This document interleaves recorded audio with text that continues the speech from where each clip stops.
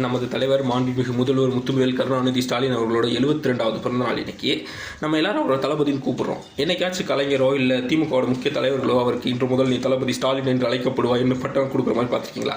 இருக்க வாய்ப்பே இல்லை. ஏன்னா 90களின் தலைவராகிய கலைஞரின் அரசியல் வாரிசாக ஸ்டாலின் தொடர்வார் என்று தொண்டர்கள் தேர்ந்தெடுக்கப்பட்டு வழங்கின பேர் தான் தளபதி. அப்படி தொண்டர்களால் தேர்ந்தெடுக்கப்பட்ட தலைவர் தான் இன்றைய தமிழக முதல்வர் அப்படின்றத நம்ம எல்லாரும் புரிஞ்சுக்கணும். அந்த வரலாறை ஏன் நான் இங்கே சொல்லிகிட்டு இருக்கிறேன்னா, இங்கே தானூம்பித்தனமாக 1990களில் வந்த தளபதி படம் ரிலீஸ் ஆகி ரஜினி எல்லாரும் தளபதின்னு சொல்லிட்டு இருக்காங்க.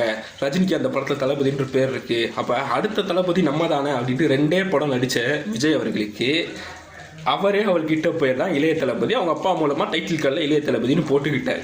ஸோ இப்படி தாங்கும்பித்தனமாக வந்த தற்குறியோட ஃபேன்ஸுக்கெல்லாம் இந்த வரலாறு தெரியாது இல்லையா? ஸோ அதனால் இங்கே சொல்கிறேன், யார் ஓஜி தளபதி.